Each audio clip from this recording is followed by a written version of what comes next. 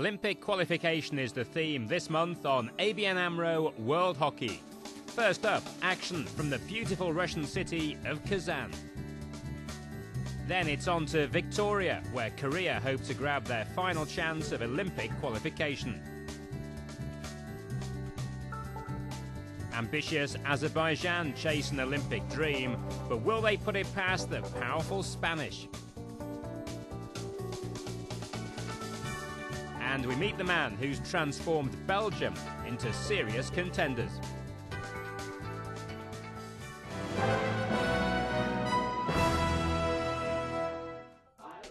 In the news, Australia have won the Darwin Four Nations Championship, edging out China in the final on penalties.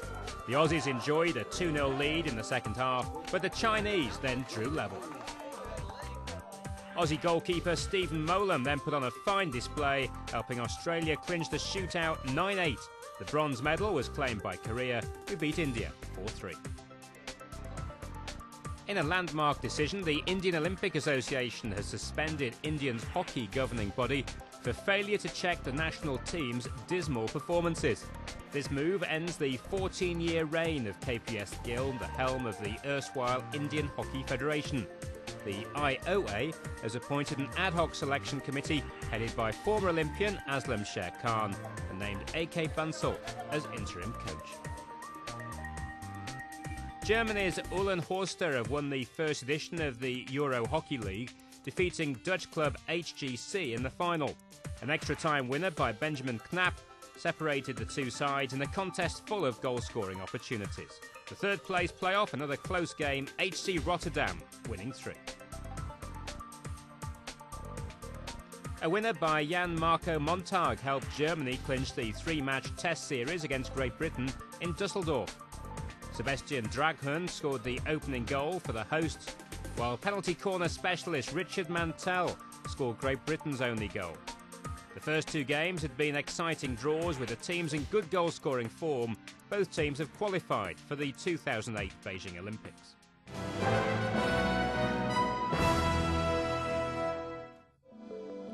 A trip into the heart of Russia brings you face-to-face with one of the largest mosques in Europe.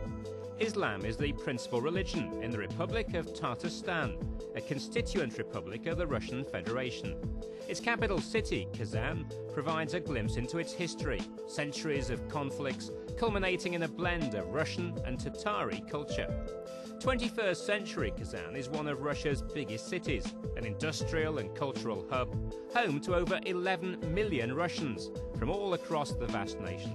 And the city played host to the second leg of the Women's World Hockey Olympic qualifiers on the 19th of April. The tournament was expected to be a two-horse race.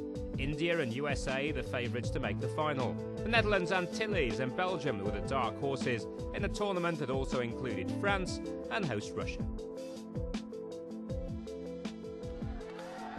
India took on Russia in day one, battling near freezing temperatures in a closely fought first half. The Asians dominated the second half, veteran Pritam Siwak sealing the win. Belgium had impressed in their opening game against the USA, and they carried on their good work against France, a team ranked 6 places higher in the ABN AMRO World Rankings. Karol Dembor scoring twice in a 5-0 rout. A rusty Indian team played the Netherlands Antilles, and they were in for a shock. India did draw level in the second half, but this deflection from Maria Hinskins was enough to seal a massive upset for the Antilles. While India struggled, the USA were dominant. An emphatic win over France meant they were on course for a place in the final.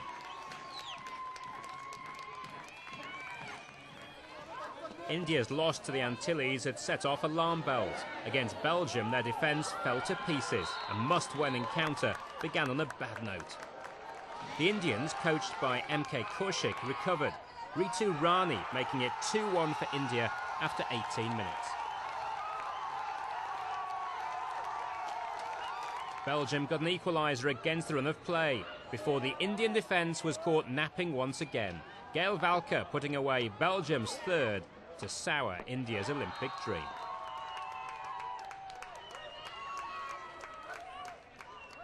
Belgium were now on the verge of making the final, but the Antilles made the early running. Despite going a goal down though, Belgium showed their resilience, scoring 3 times in the space of 9 minutes.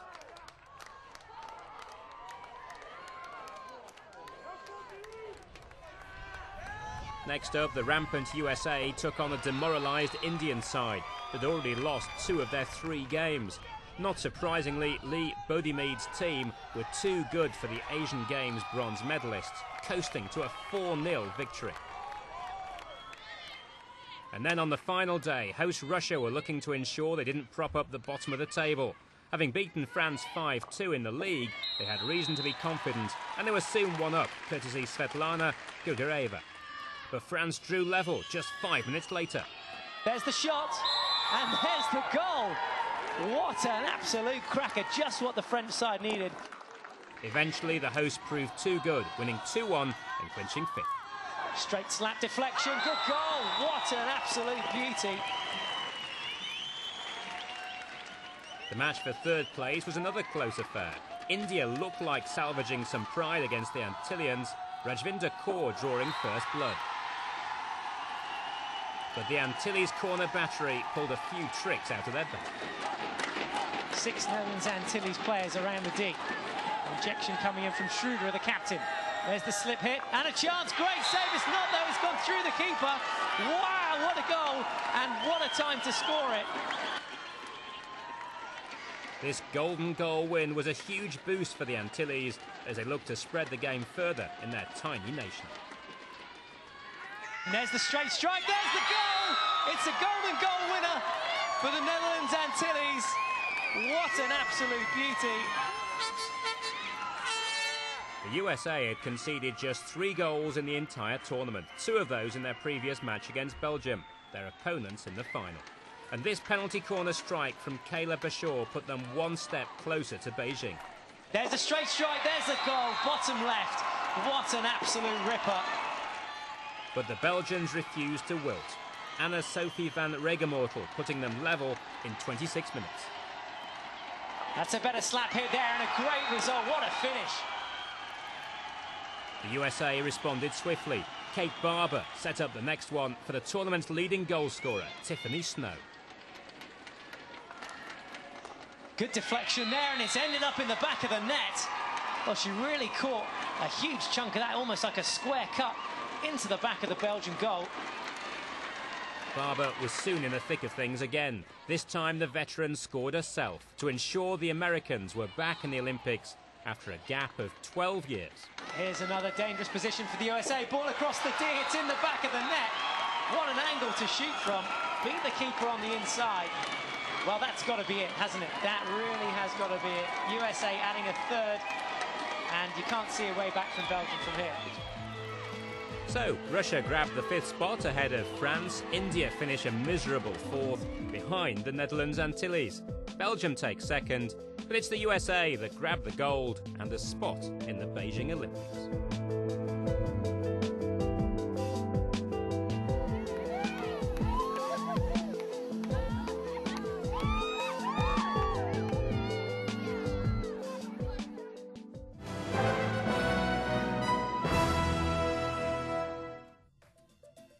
The Canadian city of Victoria hosted the 3rd leg of the women's Olympic qualifiers. It was expected to be a fight between Ireland, Italy and Canada for a place in the final, with Korea the favourites to win the crown. Day 1 and the Koreans showed just why they were rated so highly, crushing Uruguay, the lowest ranked team in the competition, by a mammoth 10-goal margin.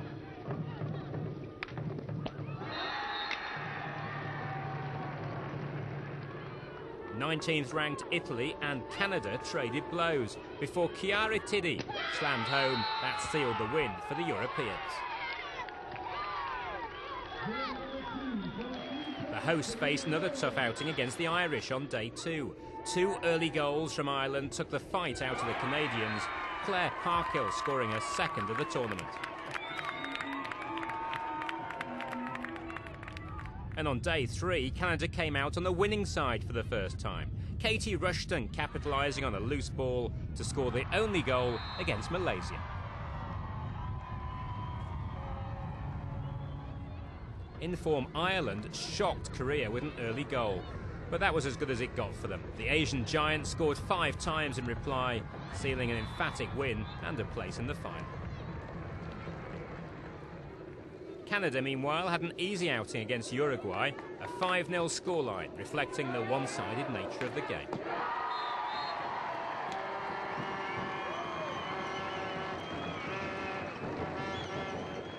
Day 5, and Italy met Ireland with a place in the final at stake.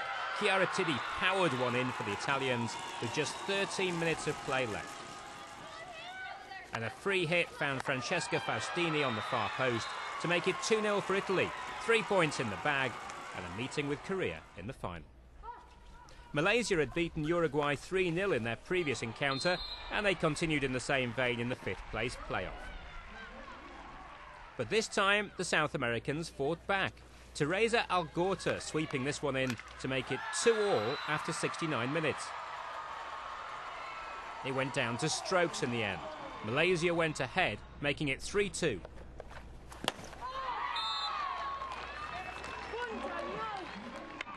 And when Magdalena Cristiani stepped up and faltered, Malaysia clinched 5th.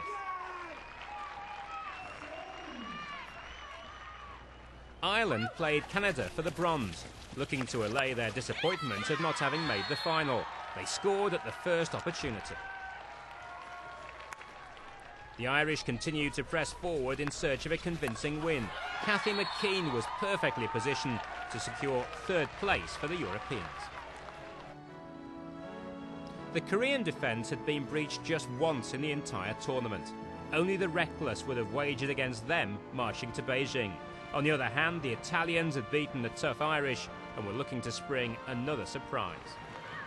But it took just 4 minutes for the game to head in a familiar direction. There's the first goal. Well, Liliou was drawn out to the action on the baseline, and not even 5 minutes, 3.5 in fact, we've got our first goal. Korea were relentless. Seon-ok Lee making it 2-0. This time it's the straight flick, bottom left. Woo! Whistle in the corner.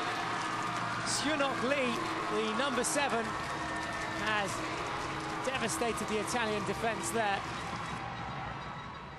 Italy were pulverised in the first 25 minutes. A superb finish by Jong-un Kim put paid to any hopes of an upset. This is Kim coming forward, loads of space, eyes are up, there's a slip in to the penalty spot. And what a well-worked goal that was. It came from the counter-attack. And Jong-un Kim has just scored. You wouldn't know it, would you? It all went according to script for Korea, who made it to Beijing with the greatest of ease. So the Malaysians managing 5th ahead of Uruguay. Ireland had to be content with bronze. Italy did themselves proud with 2nd. But the ticket to Beijing goes to the Koreans, looking to add to their 2 Olympic silvers.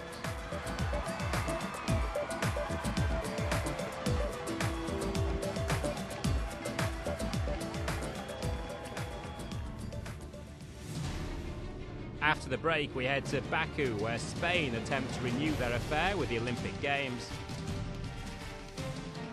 And we meet the man with the Midas touch. Adam Cummins manages to pull off another stunner. Well, almost.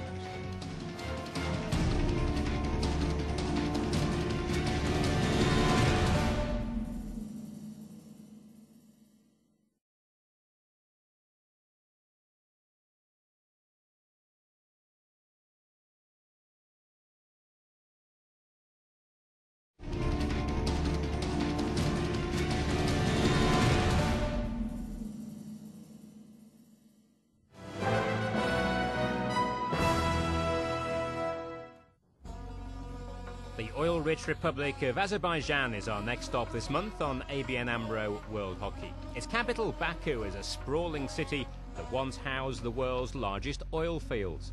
And it's not just economic growth that the city's known for. Baku has blossomed in aspects of art and culture as well. And with a bid to host the 2016 Summer Olympics, the city is on its way to placing itself on the world's sporting map. So it was fitting that the city hosted the first leg of the Women's Olympic qualifiers back in April. The hosts Ukraine and Chile were serious contenders, but Spain were the clear favourites, having missed out on direct qualification at the Euro Hockey Nations Cup. The opening match took place between 8th-ranked Spain and Belarus, and it was all one way, the World Cup semi-finalists completing a 4-0 rout.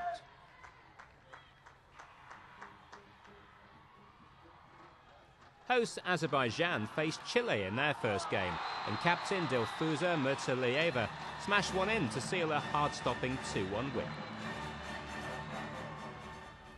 16th-ranked Ukraine played neighbours Belarus on day 2. Marina Vinohradova settled the encounter with this dazzling display of skill.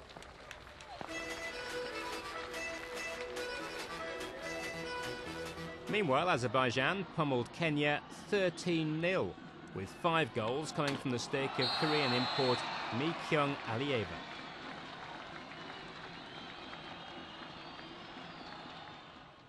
The Kenyans had been doubtful starters at this tournament due to political unrest back home. The team looked thoroughly out of sorts, falling to a lower-ranked Chile 5-0. Spain played Ukraine on day 3. Nuria Camon set the ball rolling for the Spaniards with this deflection. The Ukrainians did produce an equaliser, but Spain put their nose in front again after 52 minutes and then scored one more to seal a 3-1 win.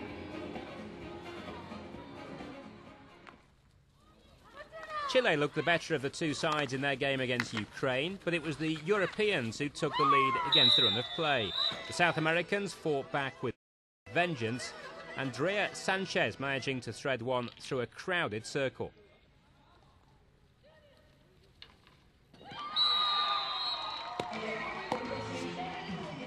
The Chileans then had several shots on goal without success, and they would rue these missed chances as Bodona Sadova put one in on the counter and handed Ukraine the win.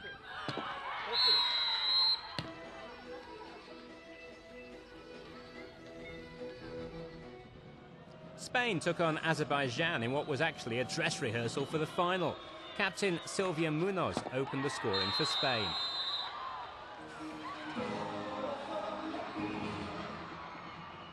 And then they widened the tally via a penalty stroke in the 20th minute before Rocha Ibarra rounded off the victory.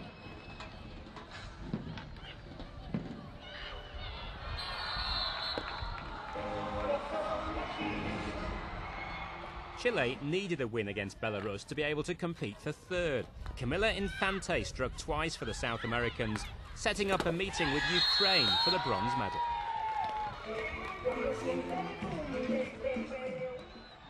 The Azerbaijan against Ukraine encounter had been a do-or-die affair, with a winner set to play the final, but the hosts grabbed the initiative when Myung-sun Mamadova struck in the 7th minute.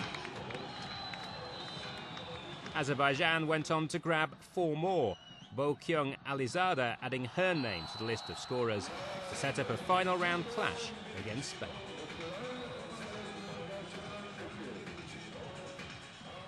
The bronze medal game on day 6 was between Chile and Ukraine. The match poised at 1-1 when Denise Infante broke the deadlock and handed Chile the win.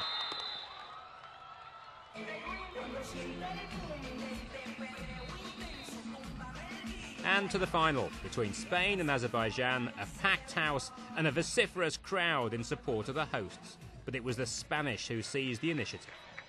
Sermons plays it forward for Nuria Camon. Takes it to the baseline, works away into the circle. Could almost have had a penalty corner. It's been put away by the captain. Silvia Munoz gets the first goal of the game in just the 3rd minute. But the Azeris were quick to fight back. Dilfuza Murtalieva equalising before half-time. The stage was set for an absorbing climax. Sermons, Barbara Mulder, who's just come on off the bench. On the reverse, mistimed it. Ramagosa! Maria Ramagosa, number 11 for Spain, puts them back in the lead. 2-1. All 11 Spanish players back in the defending circle. And it's been put away on the corner. And I think it was the captain who got the touch. She's the one they're congratulating. And Spain proved too good in the end, Munoz grabbing her second goal of the final. They've done it. They got the deflection from Sylvia Munoz. And that's how it ended. Kenya bottom, Belarus fifth, Ukraine fourth, Chile a creditable third, Azerbaijan with the silver, but Spain are going to the Olympics.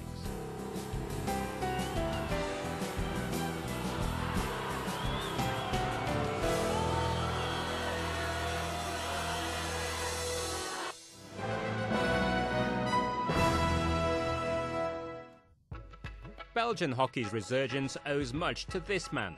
In under a year, Adam Commons has transformed the sport's fortunes in his little Northern European nation.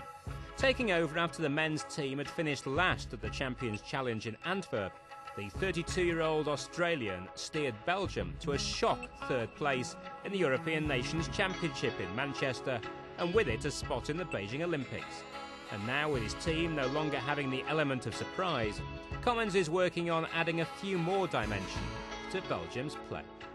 Certainly the individual technical ability of our players has improved in the last 12 months, and the ability to play a number of different styles of hockey has also been something that we've been working on. In Manchester we employed pretty much one tactic the entire way through. That won't work always at the top. You have to be able to play different styles of hockey. We've worked very hard. Physically we will be better, and I think once we get there our players will be better individually and better as a team. Aside from guiding the men's team, Commons was also handed the task of helping the women's team to try and qualify for the Olympics.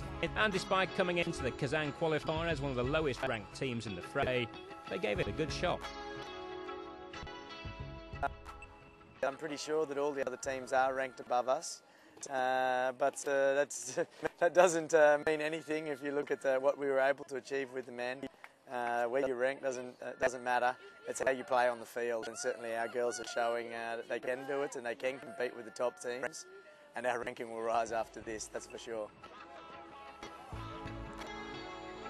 The influence of Commons was clear to see as the Belgian women muscled their way past the likes of India to enter the final before bowing out to the powerful Americans. It was a performance that the former Aussie midfielder could justifiably be proud of, bringing back memories of his heyday as a player, when his gutsy skills guided Australia to many successes. Hockey in Belgium is alive and well, but it's not only due to my involvement. I've had a small part in the last few weeks with this group, but it's been the hard work over the last 2 years of the head coach, Michel Van den Burg, and the assistant coach, Mario Straubosch. They've done a fantastic job, and I was brought into the group 6 or 8 weeks ago to try to help put the finishing polishes, the finishing touches on, and I've been willing to do that, and we've worked very well as a team since then. Working with the women has been a challenge that Commons has quite enjoyed, especially due to the different challenge they pose to a coach. Men's and women's hockey are totally different games. The power that you can play with the men, the ability to throw a high ball 70 or 80 metres is not here with the women's hockey. So there are different tactics you can employ. And women and men, as we know, they're different individuals. And how you pass on a message to the women is different to the men. Sometimes you can be harder, sometimes you have to be a little bit softer. His main job, of course, is coaching the men's team. And with the women's dream of qualification shattered, it's up to their male counterparts to fly the Belgian flag. First of all, in our pool matches, we really aim to finish in the top 4 in our pool. If we can finish in the top 2 and be part of the semi-finals, that would be fantastic. But our first goal is to get past the first pool phase, finish in the top 4, and then from there we have the opportunity to finish in the top 6 in the world. And for Belgium, that'd be a great achievement.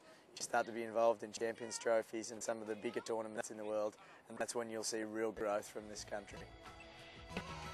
Making the top 6 may look a difficult task at this stage, but it would take a brave man to write off Commons and his men.